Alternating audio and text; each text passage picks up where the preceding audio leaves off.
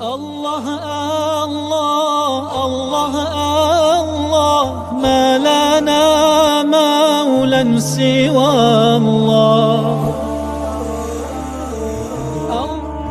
كلما ناديت ياه قال يا عبدي أنا الله زحزحي الحجب فقلبي غاب في ظلمة ذنبي نظرة في العمر حسبي تجعل الميت حيا كلما ناديت ياه قال يا عبدي أنا الله.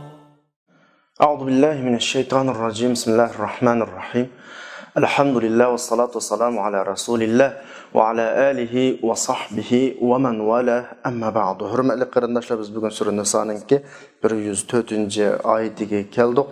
Ilgirki oyatlarda, ilgirki darslarda Alloh subhanahu va taolo jang holatlaridami, hijrat holatlaridami namozning intahin muhimligini, ya'ni Allah bendige bergen bir bendiçilik rizq ekanligini, namaz şunun türküsü de bendini her qanday bir qo'rqinishdan xotirjam qildiganligini, Allah subhanahu va taoloning bendiga ato qilgan cheksiz fazli marhamat ekanligini bayon qilgandi. Chunki hammalar bilamiz, namoz banda bilan Allohning orasidagi aloqa kanalınınki her daim uçuq turuşuğa kapalatlı qiladigan bir ibadet.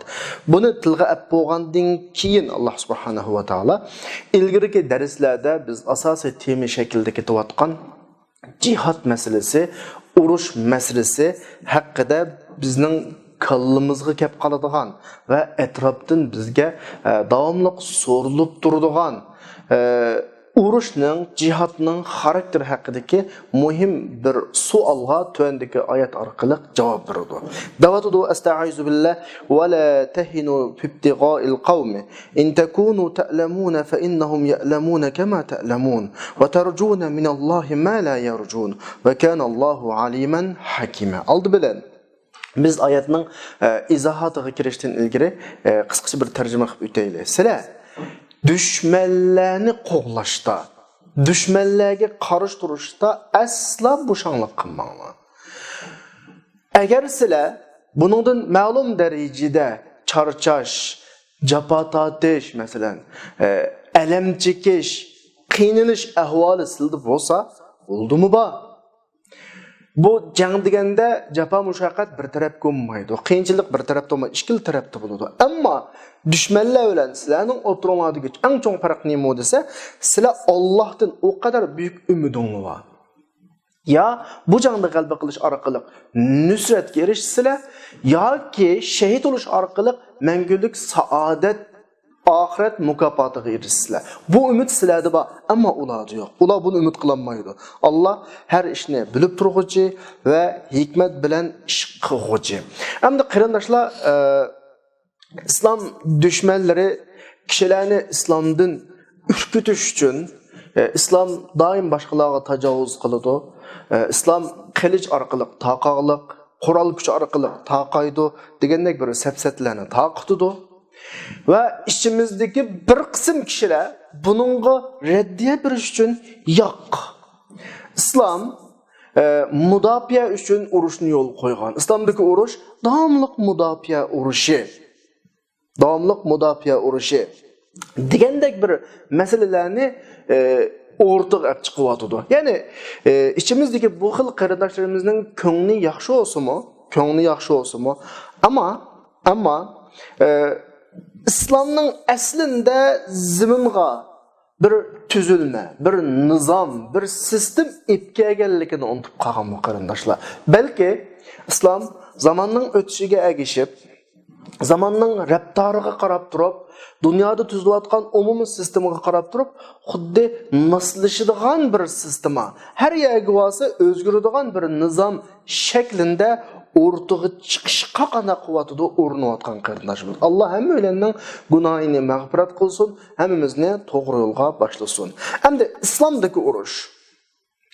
Bu oyatga qaragan vaqtida oyat bizga shuni javob beradi. Islomdagi urush va bundan ilgari darslarimizda deb kelganlik buni boshqalarga tajovuz qilish uchun yo'l qo'yilgan urushmi emas, yoki sapla mudofaa holatida turadigan urushmi emas.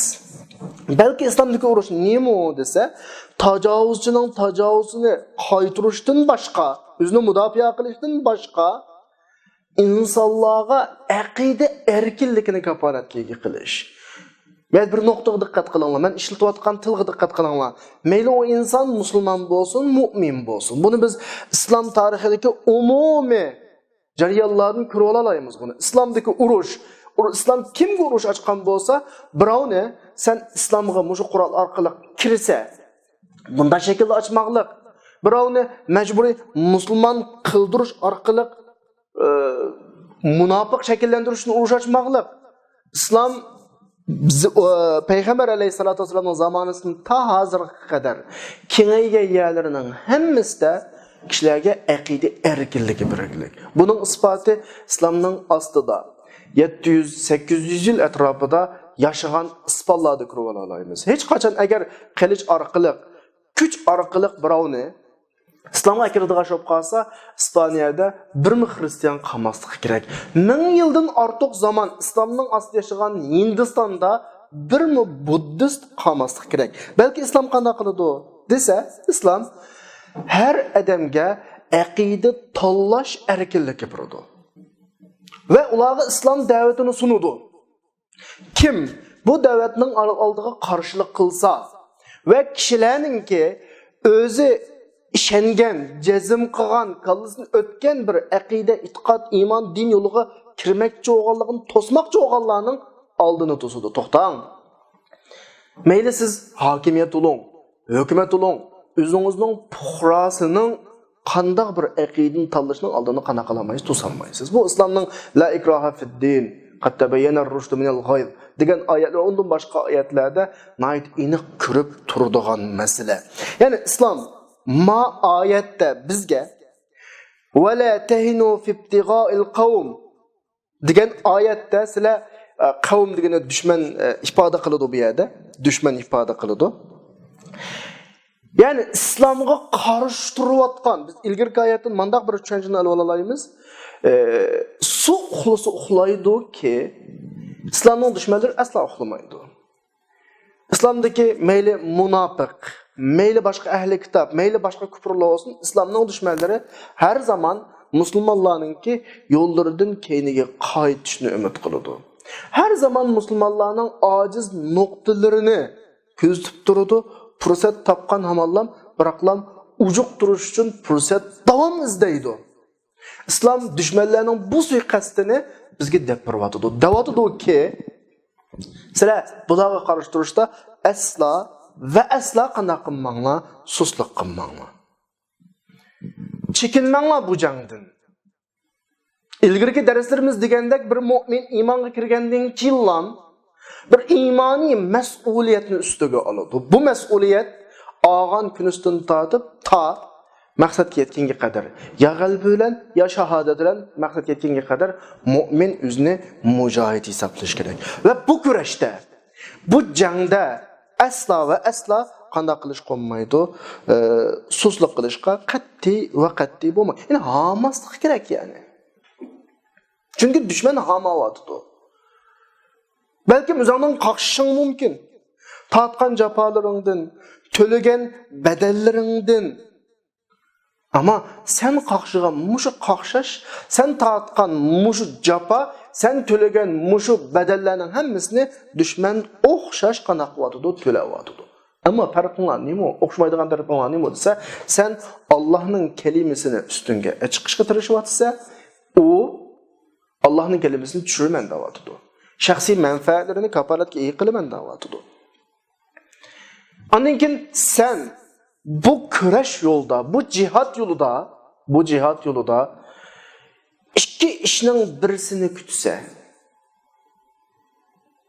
ya düşmanning ustidan g'alaba qilib erishadigan nusrat yoki shahid bo'lib erishadigan shahodat. Ammo qarshi tarafdagi dushman asla bu ikkisining birini qana qilolmaydi, kutanmaydi. Chunki ularga dunyodami nusrat berilmaydi oxirgi hisobda, oxiratdami ularga shahodatli qana qilmaydi, berilmaydi qarindoshlar. Hammalar bilamiz hamda bu yerda düşmanga qarshi turishdagi bu yo'lda chekinmanglar, suslik qilmanglar, har doim düşmanga qarshi bir o'yg'oq holatda turinglar deb bu shaklda qana qilishning sababi bizni askartishning sababi, bizga buyruq qilishning sababi, chunki bilamiz urush hech kimga bir xo'sh yoqadigan ish emas. Chunki urushning badali bor. Ba'zini iqtisodlan o'taymiz, ba'zini jon bilan qana qilamiz, o'taymiz. Dal mushini har qancha mushaqqatli ko'p ketsimi, bizga jafo kelsimi, jinimiz, melimizni sarf qilish to'g'ri kelsimi, qana qilishimiz kerak, so'zlashmasligimiz kerakki, kutiba alaykumul qital va huwa kurhul lakum. Urush sizlarga farz qilindi. Gerçi bu sizlar buni qanday ko'rsangiz, yomon ko'rsangiz. Nima uchun yomon ko'radi buni? Chunki urush yo'li, jihad yo'li, mujodala yo'li, kurash yo'li bir gul chechaklar bilan o'ralgan yo'l emas. Rahat yo'l emas. Masalan, buningga bizdan bunda qaramaymiz hatto. Boshqa allamon buning jafoliq yo'l ekanligini biladi, lekin qilishga majbur. Masalan, 2-Dunyo urushida Britaniyaninki, Angliyaninki baş ministri şu vaqtdagi Chamberlain o'zi bir tinchlik moyil kishi. U ko'rsatayotgan tirishchanligining ahamiyati yo'qligini bilgan vaqtda o'zi o'rnini bekaladi, Churchill keldi. Urush boshladi. Shu vaqtda Churchillning degan bir og'iz gapi bor. Nima deydi? Sizlar qor kunni kutib olinglar.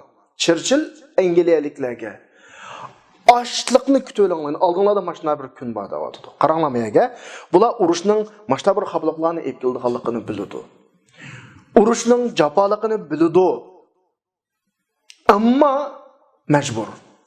Chunki bir millatning, bir davlatning, bir jamiyatning chiqish yo'li bu.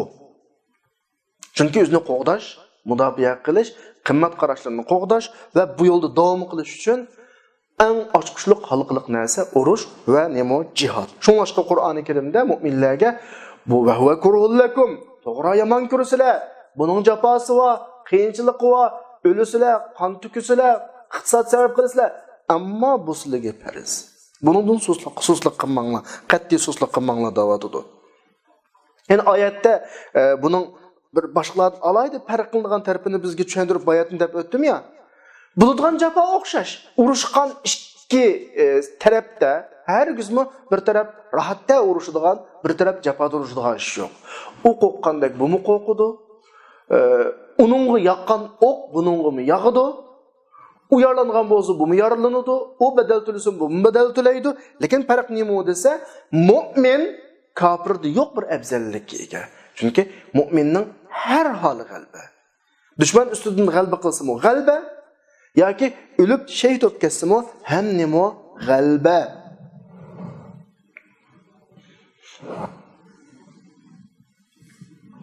Chunki yana jiqdab ketdik bu gapni takror deyishda ahamiyat bor deb qaraymiz.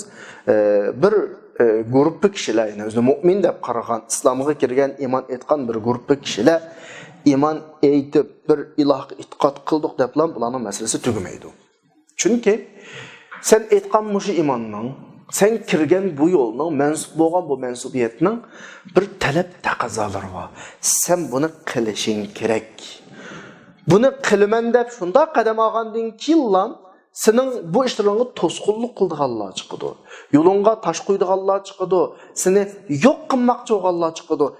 Sen mecburi holda agar bu iymonga rast kirgan bo'lsang, bu yo'lning rast mansubiyati bo'lsang, yo'lingni etishga majbur bo'lib qolsa, oldidagi to'solg'ularni yo'q qilishga majbur bo'lsa, bularning hammasi tunji la ilaha illalloh deb iymon etgan kundan tortib sening ustiga majbur bo'lgan majburiyatdan bir. Chunki sen la ilaha illallohni bir sog'lom shaklda deyalishing uchun yo'ling ochiq bo'lishi kerak. Deb o'tganimizda islomda jihad, urush del yolunu qana qilish uchun, etish uchun qo'yiladi.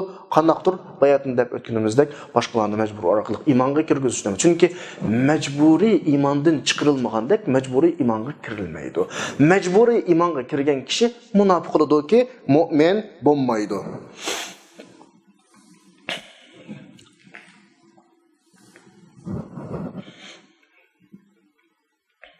Endi Allah subhanahu va taala bizlarga bu xil shaklda xitob qilganida bir qism qarindoshlarimizning kalasi kirib olgan tushunchalar bor. Ya'ni xuddi mu'min iymon etgandan keyin hech qanday bir xatolik o'tmaydigan, hech qanday bir xatolik o'tkazib bo'lmaydi. Yo'q, inson bir inson. Insonda bir tabiat bor. İnsanın tabiati malaikalarga o'xshamaydi. Malaikalar yaratılışda qanday yaratilgan bo'lsa, oxirgacha shu shaklda yashaydi. Hayvonlarning bir o'zguchlik bir yaratilish sistemasi bor. Hayvon shu sistem bilan yaratilgan, shu sistem bilan yashaydi, shu sistemga xizmat qiladi, oxirgacha shu bo'yicha ketadi. Ammo inson-chi desa, o'zgarishchan shaklda yaratilgan. Odam alayhisolamning malaikalar bilan bo'lgan hikoyasini biz shuni ko'ra olamizki, inson hech nima bilmay yaratildi. Oq. Qup-quruq yani. İnsan hamma narsani o'zi shakllantiradi, yo'llarini o'zi sizdi, tanlaydigan yo'llarini o'zi tanlaydi. İnsanda shu yo'llarda ming shariatida insonni o'ngga, so'lga tortadigan bir tabiatlar bo'ladi. İnsan iymon etgandan keyin iymon masalasiga kirib, bir yo'lga kirib, o'zini bu yo'lning bir mansubiyati deb qarab ve bu yolun vazifesi kişiler için çıkarılgan en yaxşı bir gruppa, en yaxşı bir kişilerin doğru yetekleş, hatadan tosuş depogantin kim mu? Bazı bir tabiatının takazzası, sırtka amıllarının takazzası da insanın göz kararları, akideleri, ideyaları anca ne buludu? Tevreş buludu. Bu insandaki normal ahval. İnsan bir kalipte koygandek mangmaydı. Rendede qirgandek mangmaydı. Qalamda sızgandek tüptüz mangmaydı. Bazıda onga, bazıda solga mangadi. Yani bu yol maşta yol. Bu yolda ahırga çıkırış için insanda nima ketadi? Sabr ketadi. Yani chidamchoq berga sabr ma'nosi, chidam degandek, çünkü bu yol asa yol emas. Agar bu yol asan bo'lib, kirgan odamning ishining hammasi qolayliqlashib, kim kirsa g'alaba qilib, kim kirsa güller bilan qarshi ilinsa, bu hamma odam kiradigan yo'lga aylanib qoladi. Bu büyük vazifani ustiga elishga loyiq olmaydi bu vaqtida. Bu yo'l qiyinchilik yo'l. Nima uchun qiyinchilik yo'l? Chunki vazifasi ig'ir. Ig'ir vazifani olish uchun ig'ir mashqdan o'tish kerak, chidash kerak. Mao oxirgacha mang'alaydigan bir imtihondan o'tilish kerak. Shunga bu yo'lning 5i har zaman qiyinchilik bilan boshlanadi. Shunga hatta Peygamber bu yolunu başlayan tuncu vakitlarda mı Allah Müslümanlara yardım vermedi yani. Müslümanlar Peygamber özünün davetini götürüp şunda bu yolunu başlayıp çıktı. Karşılanmadı. Özünün kavmi tarafından yalgancı, kazap dep, sahir dep, sarang dep ayıplendi. Özünün kavmi tarafından yurtunun kovlap çıkarıldı. Bu Peygamber'e ergeçkenler o kadar azapqa qaldı ki, hatta ki Peygamberden qaşığa kelib bizga dua qilmamlar. Biz bu müşrik vaqtlarimizda o kadar azizdik. Müslüman bola bugunga qoldik. Nima uchun musulmon bo'lgan odamlar mana xafalikda qalamda? Aşağı digidek holat ketdi. Müslüman bo'lgan odam chuqum xafalikda qilish kerakmi? Demak, çoğunumuz şu ki bu yo'lga boshlamchilik Allah. Bu yo'lda dastlab oldida mangadi Allah. Bu yolun amanetlerini götürüp mağdığalla en şunda qiyinchiliklardan ötish kerak. Tavlanish kerak. Xuddi bir Allohning vazifa uchun hazırlangan askarning oldingi mashqlarining qiyin o'g'inidek, qiyin mashqlardan o'tganidek, mashqlarni o'tamaganlar qilib qoladi. O'xshashla bu yo'lda işte tavlanishi kerak. Muşu tavlanıp ütüp boğandın kin andaken g'alaba keladi. Shunga bu yo'l tavlanish jarayonida, dushman bilan bo'lgan mujodilada, dushman bo'lgan bilan jihad dushman bilan bo'lgan urushlarda hargiz bo'shanlik qilish qolmaydi. Bugungi oyat dal shuni deyotadiki, "Va la tahinu fi ibtiga'il qawm." Hargiz sizlar dushmanlarga qarata kurashtiringlarda, urushtiringlarda asla qanaqa qilmanglar, bo'shanlik qilmanglar. Bu yerdagi oyatdagi ishlatgan fi ibtiga'il qawm ifodasi har doim musulmonlarninki aktiv o'rinda bu. Davomli mudofaa emas. Men bayatın darasimda dedim ya, bir qism qarindoshlarimiz islomni oqlayman deb, islomdagi bu kurashning xarakteri mudofaa uchun deydi. Yo'q, islomdagi bu kurash doim aktiv. Yani bu aktivlik nima uchun desa, boshqalarga tajovuz qilish uchun emas, balki aqida tanlash erkinligini butun insoniyatga echib berish. Bütün insaniyatga erkinlik bag'ishlash. Qaysi yo'ldan mang'un kelsa, mang'alaysa deydigan bir atmosfera yaratish uchun musulmonlar har doim aktiv holatda. Qanaqdir o'ziga hujum qilinganda andiki mudofaa emas, har doim algı ilgirilash holatda. Ya'ni bu zamindagi erkinlik sistemasini qo'g'dash uchun musulmonlar aslo qanday qilmaslik, to'xtab qolmaslik kerak. Bu yo'lda tortgan jafoda herkesmi o'ylab qolmaslik kerakki, bizdan tortdik. Yo'q, ulumi tortdi. Ammo bizning tortgan bu jafolarimizdan hammasininki bir erishadigan nimamiz va mukofotimiz va. Qur'onda bir qancha o'rinda tilg'ilindi. Dushman bilan bizningki masalaga tutadigan farqimiz. Dushman bilan bizning natijaga bo'lgan qarashimiz farqli. Sura Tavbaning 52-oyatida bu farqni alohida bayon qiladi. Deydi-ki, "Qul hal tarabbasuna bina illa ihdal husnayn." Payg'ambar alayhisolamga xitob qilish orqali deyki, sizlarning bizning ko'radiganinglar, ya'ni kuparlarga qarata xitob qilib payg'ambar alayhisolam shunaq deyishga buyurildi Alloh tarafidan. Sizlar bizning ikki yaxshilikning biriga erishganimizni ko'rsizlar. Birisi ya ustunlardan g'alaba qilib, ustunlardan dastlab o'tib nusrat kirishganimizni ko'rsizlar, yoki shahodat kirishib, mangulik saodat kirishganimizni ko'rsizlar. Bu bizning erishganimiz. Oyatning oxirida "Va nahnu natarabbasu bikum ay yusibakumullohu bi'azabin min 'indi aw bi'aydina." Ammo bizning sizlardan ko'radiganimizcha, bizning sizlardan ko'radiganimiz ikki oqibatning birisi. Ya Alloh tarafidan bir azob bilan azoblanib halok bo'lasizlar, ya bizning qo'limiz orqali jazolanasizlar. Bu dushmanning kutadigan bizning kutadiganimizcha dal aksicha. Xarakter bu bo'lgan ekan, ahvol bu bo'lgan ekan, nima uchun mu'minlar pasib holatga tushadi? Nima uchun dushmanlarga qarata, din dushmanlariga qarata, Allohning dushmanlariga qarata iboradigan bu kurashlarda pasib holati turdi. Buni musulmonlar qanday qilmoq lozim? O'ylanmoq lozimki, makanallohu aliman hakima. Bugun tatiyotgan xafliqlarimiz qanaqdir Allohdan maxfiy qiladigan ish yo'q. Alloh bizning tatiyotgan har ishimizni bilib turdi. Dadı baladan ayrılgan bo'lsa Alloh buni biladi. Bala dadadan ayrılgan bo'lsa, yetim qolgan bo'lsa Alloh buni biladi. Ayol eridan ayrılgan bo'lsa Alloh buni biladi. Kimlar vatanidan qo'g'langan bo'lsa Alloh buni biladi. Kimlar qanaqa patat otgan bo'lsa Alloh buni biladi. Hakimaki har ishning bir hikmati bor. Aqallisi biz bu orqali hozirlanib, tayyorlanib, mush ummatning kelgusidagi buyuk vazifalarini ustimizga elishga hozirlanayotgan bo'lishimiz mumkin qarindoshlar. Payg'ambar alayhisolamdan Oysha radhiyallohu anha mundaq deganligini rivoyat qiladi. Mu'minning mu'minga sanchilgan bir tikan. Mushlarning hammasi mu'min uchun ya darajasini ko'taradigan bir ajr yoki gunohi yuyiladigan bir fursat degan shaklda rivoyat qiladi. Ya'ni tatiyotgan xafliqlarning hammasi hech qachon badalsiz, ajrsiz qilib qolmaydi qarindoshlar. Endi yuqorqi oyatda Alloh subhanahu va taolo urush haqida so'zladi. Mu'minlarni aslo bu jangda pasib holatga tushib qolmaslik haqida ta'limot berdi. Endi mush jarayonda bizning kallamizga mundaq bir ahvol kelib qoladi, xato tushunch. Men musulmon bo'ldim. İslam bayrağının astıga kirdim. Musulmonlar topining mansublaridan birisi bo'ldim. Shuni o'yladim. Men xuddi bir nimaga erishgandek doqunilmaslik, savol-so'roqqa tortilmaslik, nima ish qilsam bo'ladigan. Ya'ni men musulmon bo'lganligim uchun islomda har ishim to'g'ri bo'ladigan. Agar bir mu'min bilan bir kofirning o'zi bir masalada haq, nohaq masalasida to'qinishib qolsa, endi to'qinishib qolsa deganim bir davlatni tasvir qilaylik. Chunki hammalar bir jamiyatda yashaymiz, bir davlat ostida yashaymiz. Islom bir davlat qurgandan keyin Bu devlet İslami devlet, bu devletning fuqarolari hem Müslüman bo'ldi, hem kafir bo'ldi demdi.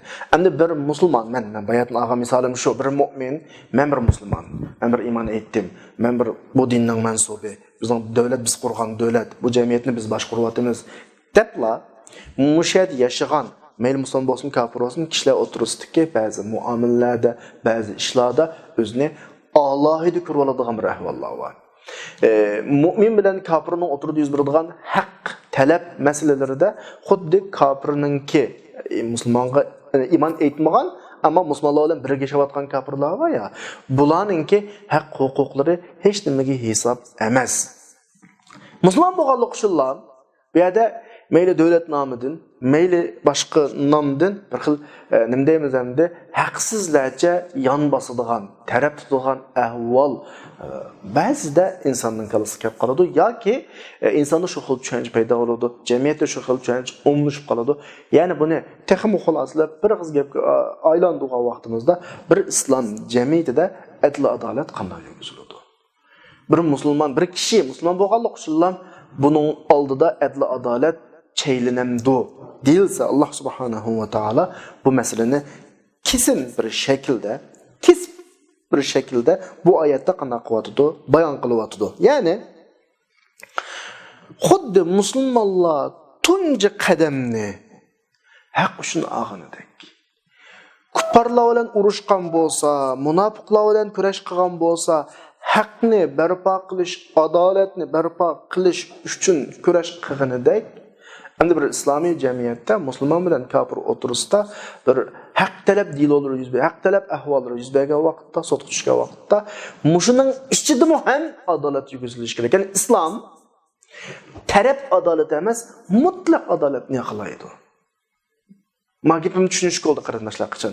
Taraf adolatiki manga hisob bo'lganlarga adolat va undan boshqa adolat yo'q, unda emas. Islom bütün kishilarga kişiler ifadesini kullanışımız meyli musulmon olsun, kafir olsun mutlak adalet.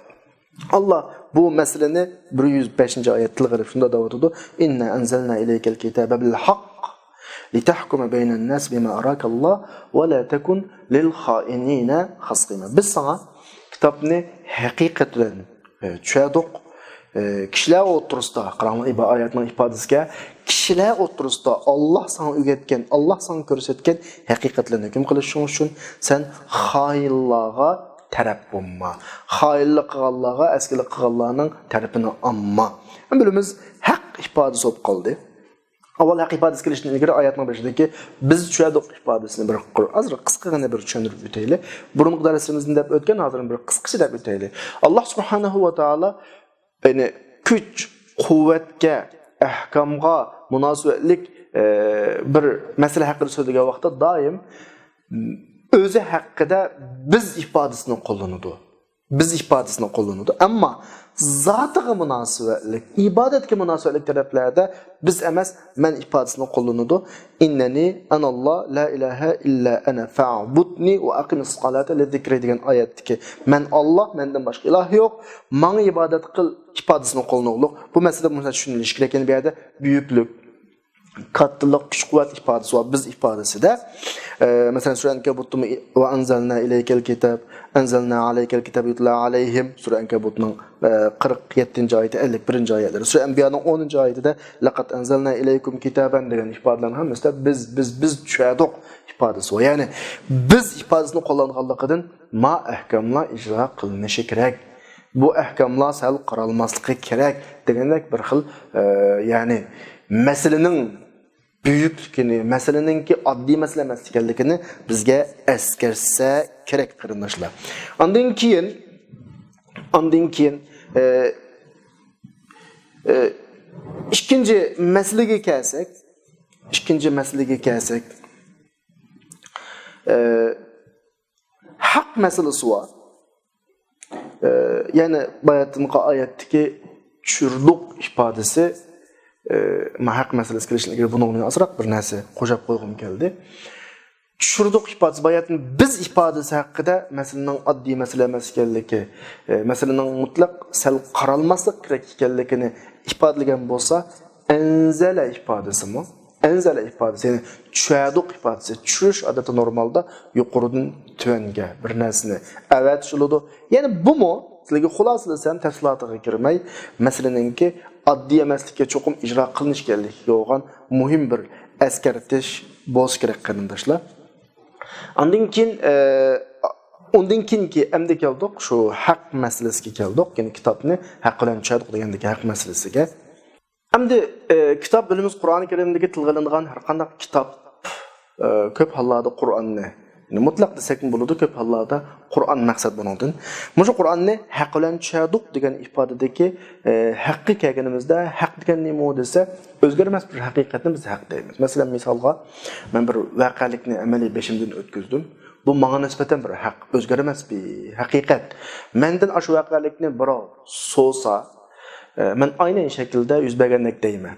İkinci qitim so'simi shu şekilde deyman, üçüncü qitim so'simi shu şekilde deyman. Hatta 10 qitim şu ishni so'zligimda aynı şekilde o'zgartmasdim. Çünkü mening beshimdan o'tdi. Bu bir haq, bu o'zgarmaydi. Ammo men yolg'ondan bir voqelikni o'ydirib birisiga degan vaqtimda birinchi qitim bir narsa deyman, ma'lum vaqt o'tgandan keyin ikkinchi deyish to'g'ri kelgan vaqtida burun o'ydaga yerlarim kallamdan qochdi. Çünkü bu haq emas bu. Uydurulma. O vakitte özgertip selişim mümkün. Her qitim hikoya qilganimda burunqidan farq chiqib qilish mümkün. Yani haq bilan batılning o'tirdagi farq bu. Haq o'zgarmas bir haqiqat, her zaman o'zgarmaydi, her sharoitda qanday qilmaydi, o'zgarmaydi. Yani biz sana kitobni haq bilan tushadiq degan ifoda. Haq bilan tushadiq degan ifoda. Tushadiq degandan keyin buning bir nechta tarafi bor. Mulohiza qilsak, tushaguvchi taraf bor Allah, u haq. Tushirilgan taraf bor Payg'ambar alayhisalom, ya'ni Payg'ambar alayhisalom ash kitobning tushirilishiga loyiq haq. Andikin tushirilgan kitob bor, bu kitobning o'zi nima? Haq. Mushlarning hammasi o'zgarmas bir haqiqat shaklda bizning oldimizga qanday quvvatida chiqadi. Ya'ni Qur'onning o'zining ichiga kirgan vaqtimizda mazmunlari o'zaro bir-biriga aslo zid kelmaydigan, boshdan oxir butunlay bir haqiqatni o'z ichiga olgan kitob ma'nosini qanday qilib ifodalaydi. Endi oyatning o'ziga kelaylik qarindoshlar. Oyat nima deyapti? Biz kitobni sana kishilar orasida hukm qilish uchun haq bilan tushadiq deyapti. Bunu adli tushunmaydi. Kishilar orasida hukm qilish uchun. Mush arabchadagi hukm qilish bir jamiyatni boshqarish ifodasi, bir davlatchilik ifodasi bu amaliyotda qarindoshlar. Kishilar o'tirsida ifodasini mulohaza qilganimizda mu'minlar, musulmonlar o'tirsida demadi oyat. Kishilar o'tirsida deganimiz bir jamiyat yoki bir davlat musulmonni o'z ichiga oladi, g'ayri-musulmonni o'z ichiga oladi, ya'ni kofirni o'z ichiga oladi. Musulmon Allohning kalomi bilan bir davlatni boshqargan vaqtida musulmonni boshqaradi, ham musulmon emas shu davlatning fuqarolarini qanday qiladi boshqaradi. Bu oyat musulmon davlatida yashayotgan musulmon va g'ayri-musulmon fuqarolarga adolat, haq, huquqini beradigan bir oyat. Oyat shunda deyapti. Bir davlatning gapini qilyapti, bir hukumatning gapini qilyapti oyat. Bu hukumatning beshida Payg'ambar alayhisolatu vasallam bor.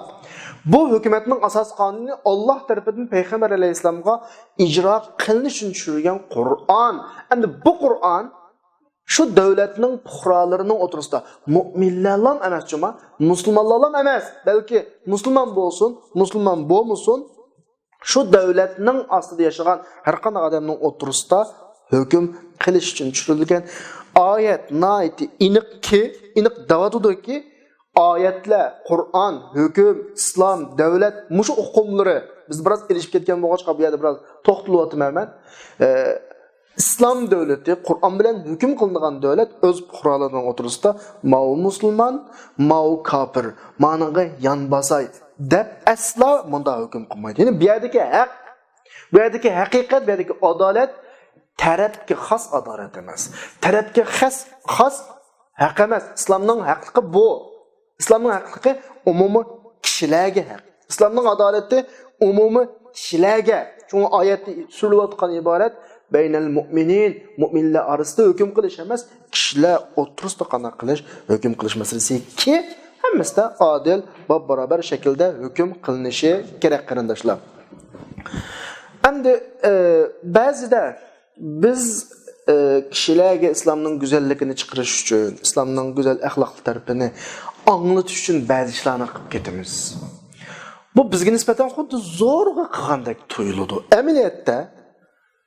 Amaliyotda unchalar zo'rlanib ketishning hojati yo'q. Chunki islom tüp prinsipidan tortib, diqqat qilinglar, islom tüp prinsipidan tortib hamma odamga, musulmon bo'lsin, kofir bo'lsin, odillikni, haqiqatni epkagan bir xarakterga ega islomning o'zi bir adolat. Sen oldingdagi bir musulmon bo'lmagan kishiga islom degan bunda odil, bunda chiroyli deb bu tarafini ko'rsatish uchun bir narsalarni qilishga hech ehtiyoj yo'q. İslamның aynısını tatbiqladikmi? Bu adillik.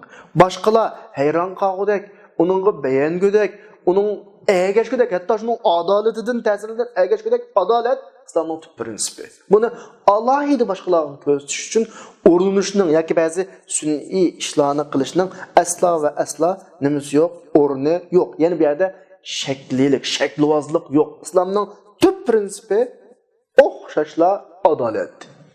Bir musulmon bilan bir kofirning o'tirida hukm chiqish to'g'ri kelib qolganida, agar haqiqat kofir bilan bo'lsa-mu, haqsizlik ma musulmon bilan bo'lsa-mu, odillik bilan hukm chiqilsak, ma musulmon jazoga tortiladigan bo'lsa-mu, islom shu shaklda hukm chiqaradi.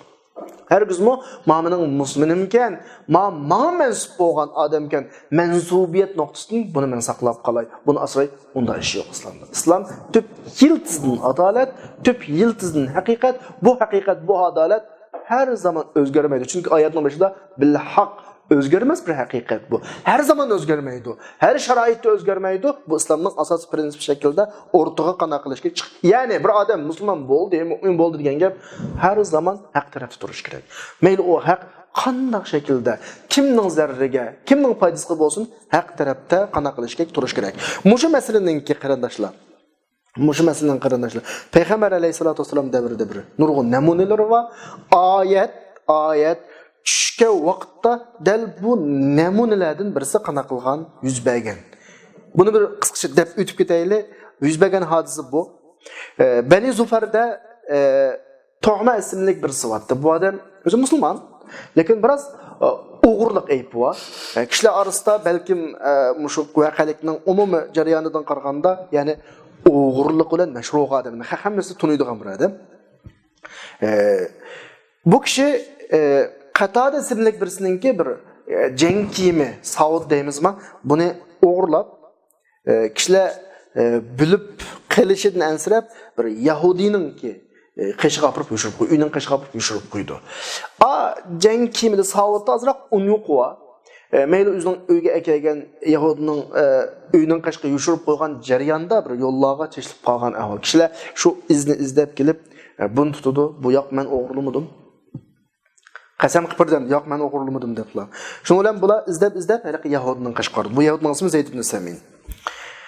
Yahudi deydi-ki, Yahudiga bular shu kimni o'g'irlaganlik haqida ayblagandan keyin bu Yahudi deydi-ki, men o'g'irlamadim. Ammo shu to'g'maliqi o'g'irlik bilan biroz namoz qilish ehtimoli bor. Haliqi kishi mening qishimga qo'yib qo'yibdi deb mana shaklda ifoda bildirgandan keyin payg'ambar alayhisolamga qana qildi. Da'vo uchun bu masalani ayrishni olib boradi. Haliqi Tu'ma degan savutni o'g'irlagan kishining qabilasiga payg'ambarning qishig'iga kelib Rasulullohdan biroz kengchilik qilishni talab qiladi. Ya'ni gapning mazmuni shuki, agar bu yerda Tu'ma o'g'irlib chiqsa, Yahudi aqlinib chiqsa, ma'u musulmon au Yahudi o'g'irligi uchun musulmonlarga satulamish. Shunga Tu'maning aqlinib chiqishi kerakmish. Ma shaklda payg'ambar alayhisolamga qanday qiladi bular? Azroq xizmat ishlagilar bor edi. Ya Rasululloh, anda qilmislar degandek. Ma o'g'irlab qolsa bizga sat degandek. Alloh subhanahu va taolo o'zining rasulini shu insonning tabiatini o'ngshaydigan bir manhajdan avatgan. İnsanın tabiatiga mos o'ngshaydigan. İnsan o'zining insonlik nuqtasida darsimizning bir tushundirgandek, ya'ni insonda bir o'zgarish ahvollari bo'ldi. O'zgarishchan inson ba'zi narsalarning keyinda mang'idi, ba'zi narsalarning ta'siriga uchraydi.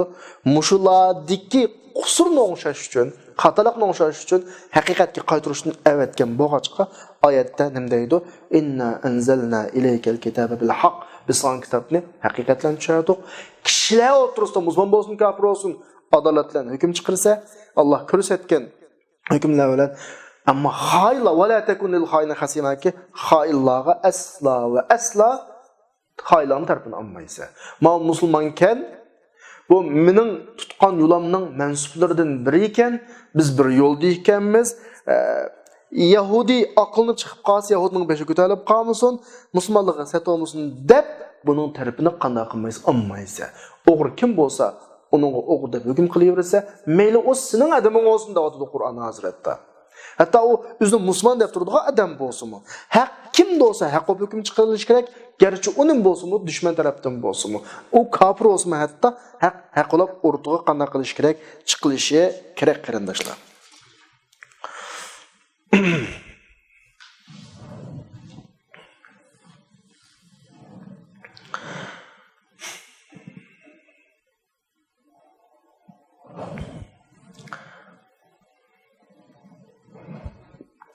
Ondan keyin mishada qarindoshlar.